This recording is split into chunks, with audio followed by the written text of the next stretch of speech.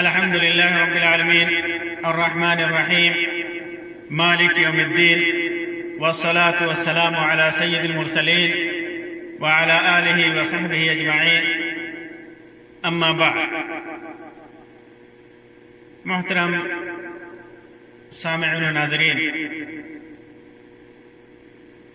اللہ تبارک و تعالی نے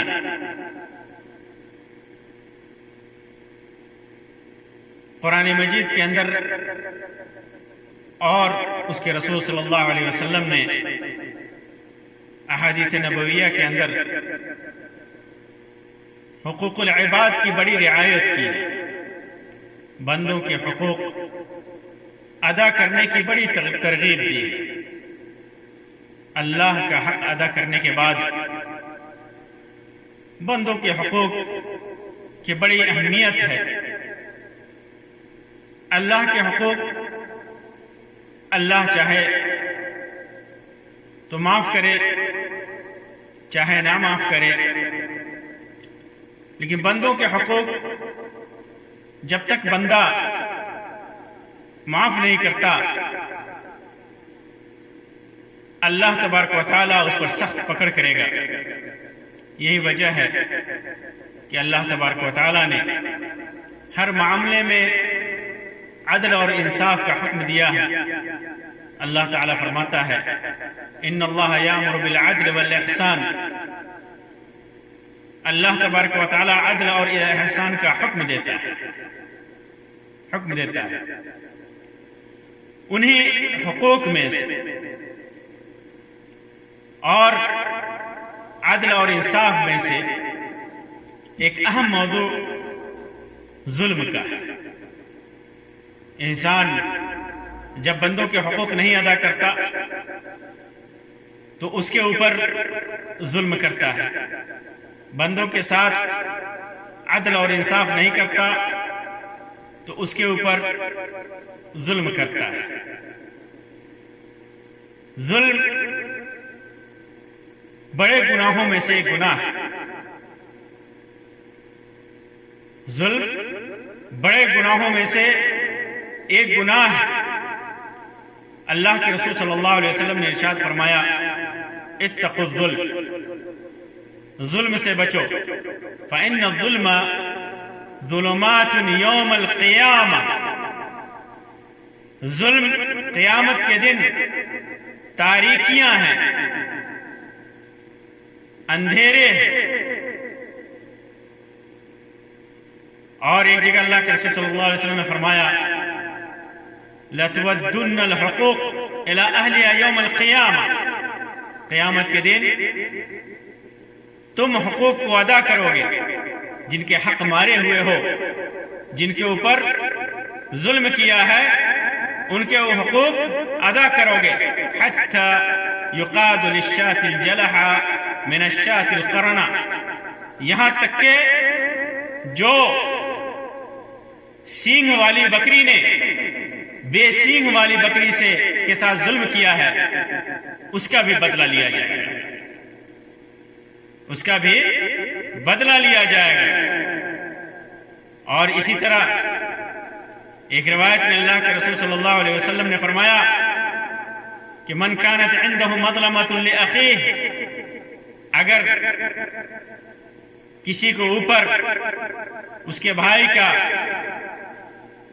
کی ناانصافی ہے، اس کا ظلم ہے، اس نے کسی بھائی کے اوپر ظلم کیا ہے، من عرض او شیء، چاہے اس کی عزت لی ہو یا کسی اور چیز کے ذریعے ظلم کیا ہے، فَلْيَتَحَلَّلْ مِنْهُ الْيَوْمِ، تو اسے آج ہی بری ہو جائے،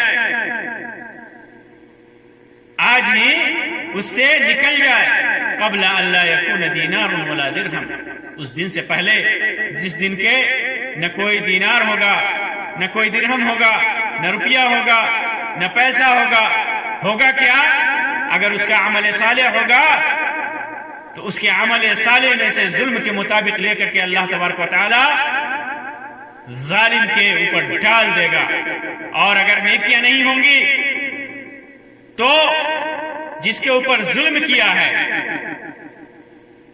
اس کے گناہوں کو لے کر ظالم کے اوپر اللہ تبارک و تعالیٰ ڈال دے گا.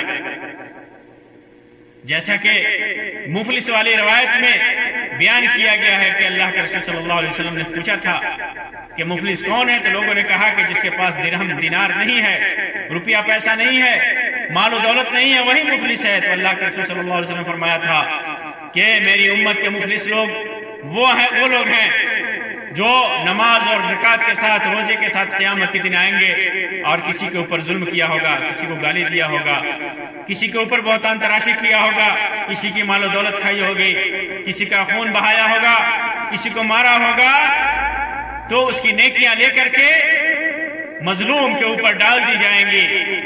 اور اگر نیکیاں ختم ہو جائیں تو مظلوم کے گناہ لے کر کے اس کے اوپر ڈال کر کے پھر سے ثم طرح فی النار، جہنم میں ڈال دیا جائے گا، جہنم میں اسے ڈال دیا جائے گا.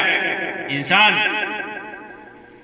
ظلم کرتا ہے، ایک بھائی کے اوپر ظلم کرتا ہے، انسان اپنے بدن کے اوپر بھی ظلم کرتا ہے، اپنی اولاد کے اوپر بھی ظلم کرتا ہے، اپنی بیوی کے اوپر بھی ظلم کرتا ہے، بیوی ہے تو شوہر کے اوپر بھی ظلم کرتی ہے، ماں باپ کے اوپر بھی انسان ظلم کرتا ہے. ظلم کے لوگوں کی دولت لے لی، لوگوں کی عزت لے لی، لوگوں کو گالی دے دیا. ظلم کے مختلف طریقے ہیں، ظلم کے مختلف طریقے ہیں، ظلم کے مختلف وسائل ہیں، ظلم کی مختلف صورتیں ہیں، ظلم کے مختلف شکل ہیں. ظلم جو بھی ہے، ظلم کا بدلہ اللہ تبارک و تعالی قیامت کے دن ضرور لے گا. دنیا میں بھی اللہ تبارک و تعالی نے ظالموں کے ساتھ بہت سخت پکڑ کی. اللہ تبارک و تعالی فرماتا ہے وَتِلْكَ الْقُرَىٰ أَهْلَكْنَاهُمْ لَمَّا ظَلَمُوا وَجَعَلْنَا لِمَهْلِكِهِمْ مَوْعِدًا. اور اس بستی کو ان کے ظلم کی وجہ سے ہم نے ہلاک کر دیا اور ان کے ہلاک کا ایک وقت متعین کر رکھے ہیں. اللہ تبارک و تعالی ایک جگہ فرماتا ہے وَلَا تَحْسَبَنَّ اللَّهَ غَافِلًا عَمَّا يَعْمَلُ الظَّالِمُونَ. اللہ کو ظالموں کو ظلم سے غافل مت سمجھ، وہ باخبر ہے، وہ مہلت دے رہا ہے. إِنَّمَا يُؤَخِّرُهُمْ لِيَوْمٍ تَشْخَصُ فِيهِ الْأَبْصَارُ. اللہ تبارک و تعالی انہیں اس دن تک مہلت دیے ہوا ہے جس دن آنکھیں پھٹی کی پھٹی رہ جائیں گی. اسی طرح اللہ تعالیٰ فرماتا ہے وَكَذَلِكَ أَخْذُ رَبِّكَ إِذَا أَخَذَ الْقُرَىٰ وَهِيَ ظَالِمَةٌ. اللہ تبارک و تعالیٰ جب ظالم بستی کو پکڑتا ہے، ان کو ہلاک کرتا ہے، تو بڑی سخت پکڑ کرتا ہے. اسی طرح اللہ تعالیٰ فرماتا ہے وَكَمْ قَصَمْنَا مِنْ قَرْيَةٍ كَانَتْ ظَالِمَةً. ہم نے بہت ساری بستیوں کو تباہ و برباد کر دیا جو ظالم تھی. تو اللہ تبارک و تعالی دنیا میں بھی بستیوں کو تباہ و برباد کرتا ہے، لوگوں کو ہلاک کرتا ہے جب وہ ظلم کرتے ہیں. ظالم کو اللہ تبارک و تعالی دنیا میں بھی سزا دیتا ہے اور کبھی کبھی مہلت دے کر کے آخرت میں سزا دے گا. اسی وجہ سے مظلوم جس کے اوپر ظلم کیا جائے، اس کے دل کی تکلیف کا اثر، اس کے دل کی بددعا کا اثر اتنا زیادہ ہوتا ہے کہ اللہ تبارک و تعالی یہاں وہ اس کے دل کی تکلیف، اس کے دل سے نکلی ہوئی بددعا اللہ تبارک و تعالی کے ہاں بلا کسی روک ٹوک کے، بلا کسی پردے کے وہ دعا پہنچتی ہے. اللہ کے رسول صلی اللہ علیہ وسلم نے ارشاد فرمایا اتقوا دعوت المظلوم فإنه ليس بينه وبين الله حجاب. کہ مظلوم کی بددعا سے بچو، مظلوم کی بددعا سے بچو، کیونکہ مظلوم کی بددعا یا مظلوم اور اس کے رب اللہ کے درمیان کوئی پردہ نہیں ہے، کوئی حجاب نہیں ہے. وہ بددعا ڈائریکٹ اللہ تبارک و تعالیٰ تک پہنچتی ہے، کیونکہ مظلوم جس کے اوپر ظلم کیا جائے اس کے دل کے اندر جو درد اٹھتا ہے، جو تکلیف ہوتی ہے، اس درد کو، اس تکلیف کو وہی انسان سمجھ سکتا ہے جس کے اوپر ظلم کیا جائے۔ یہی وجہ ہے کہ اللہ تبارک و تعالیٰ کے ہاں وہ بد دعا بلا کسی روک ٹوک کے پہنچتی ہے۔ ایک روایت میں آتا ہے اللہ کے رسول صلی اللہ علیہ وسلم نے فرمایا ثلاثۃ لا ترد دعوتهم، تین آدمی کی دعائیں رد نہیں ہوتی، تین آدمی کی دعائیں رد نہیں ہوتی۔ الصائم حتى يفطر، روزے دار کی دعا جب تک وہ افطار نہ کر لے۔ والامام العادل، ایسا حاکم، ایسا امام جو انصاف کرنے والا ہو۔ ودعوت المظلوم، اب مظلوم کی دعا، مظلوم جب دعا کر دے تو اس کی دعا رد نہیں کی جاتی، اس کی دعا قبول ہوتی ہے۔ اسی طرح ایک روایت میں ہے ثلاثۃ دعوات مستجابات لا شک فیہن، تین دعائیں ایسی ہیں جن کی قبولیت میں کوئی شک نہیں ہے، جن کی قبولیت میں کوئی شک نہیں ہے، بلا شک و شبہ کے انہیں اللہ تبارک و تعالیٰ قبول کرتا ہے۔ دعوت الوالد، باپ کی دعا، ودعوت المسافر، مسافر کی دعا، ودعوت المظلوم، اور مظلوم کی بد دعا۔ مظلوم کی دعا جب وہ اللہ تبارک و تعالیٰ سے اپنے اوپر کیے گئے ظلم کے سلسلے میں دعا کرتا ہے تو اللہ تبارک و تعالیٰ اسے رد نہیں کرتا۔ آپ کو یہ بھی بتا دیں کہ یہاں پر مومن، کافر، فاسق، فاجر کی تفریق نہیں کی گئی ہے۔ مظلوم چاہے مومن ہو، چاہے گنہگار ہو، مسلمان ہو یا غیر مسلم ہو، اگر کسی کے اوپر ظلم کیا گیا ہے تو اس کی بد دعا اللہ تبارک و تعالیٰ قبول کرتا ہے۔ روایتوں میں کہیں بھی مظلومیت کے لیے ایمان کی شرط نہیں ہے، انصاف ہر ایک کے ساتھ ہونی چاہیے، چاہے مومن ہو، چاہے کافر ہو، چاہے ذمہ ہو، چاہے جس کے ساتھ صلح کیا گیا ہو، معاہدہ ہو، ہر ایک کے ساتھ انصاف کرنا ہے۔ اگر کسی کے ساتھ ظلم کیا ہے تو مظلوم چاہے جس حیثیت کا ہو، اس کی بد دعا اللہ تبارک و تعالیٰ کے ہاں پہنچتی ہے، اللہ تبارک و تعالیٰ کے ہاں پہنچتی ہے۔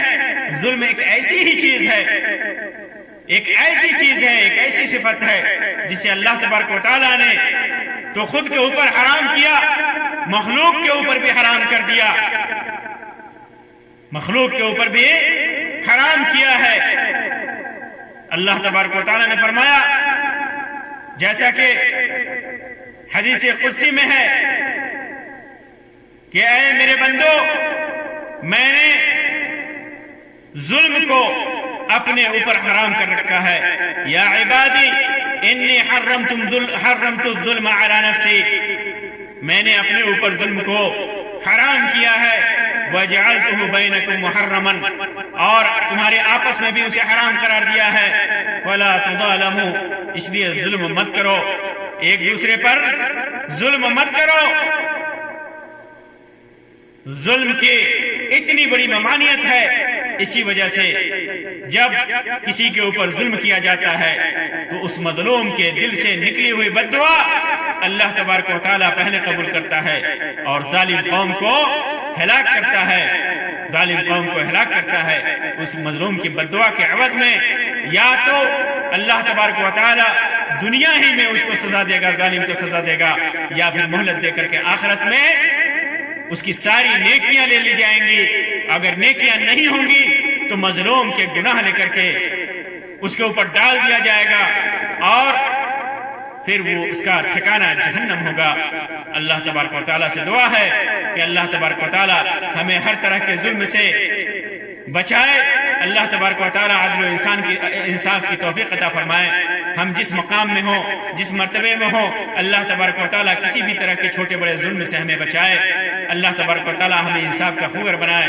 اللہ تبارک و تعالی نادانستگی میں جو بھی ہم سے ظلم ہوئے ہیں، اللہ تبارک و تعالی اس ظلم کی تلافی کرنے کی توفیق عطا فرمائے، اور قیامت کے دن ہمیں ایسے لوگوں میں شامل کرے جن کے ذمے کوئی ظلم نہ ہو، کوئی ناانصافی نہ ہو۔